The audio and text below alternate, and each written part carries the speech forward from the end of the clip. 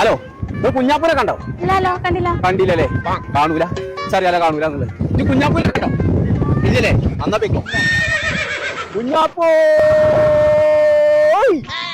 കടലിൽ ഒലിച്ചു പോയ റബ്ബേ. Maison Kunjappu look at me. 2 പേക്ക് 40 രൂപ. 2 പേക്ക് 40 രൂപ. ഇംഗ്ലീഷ് അറിയില്ലല്ലോ. ചെറുക്കൻ കുഞ്ഞാപ്പൂനെ കണ്ടോ? അറേബ്യൻ സീയിലേക്ക് പോയി. പടച്ച തമ്പുരാനെ, അറബി നാട്ടിക്ക് പോയിക്കേ. ഇനി എപ്പോഴാ കപ്പലൊക്കെ വരിക?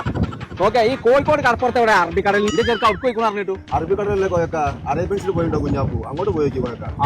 അറേബ്യൻ സീക്ക് പോണോരെ, കാഴ്ചകൾ കാണാൻ പോണോരെ, കോയ വരുമ്പോൾ എന്തുകൊണ്ട് വരും? കുഞ്ഞപ്പ അങ്ങനെ തന്തര തല കൊണ്ടുവരും.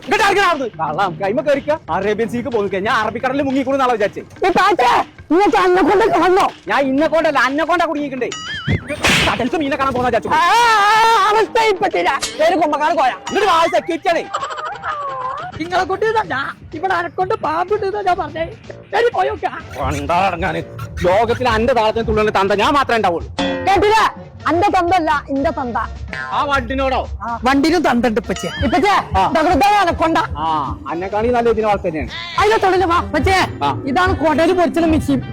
ഇവിടെ നിന്ന് എന്റെ കുടല് പോയിച്ചു. ഇങ്ങോട്ട് പോരെ. തന്നെ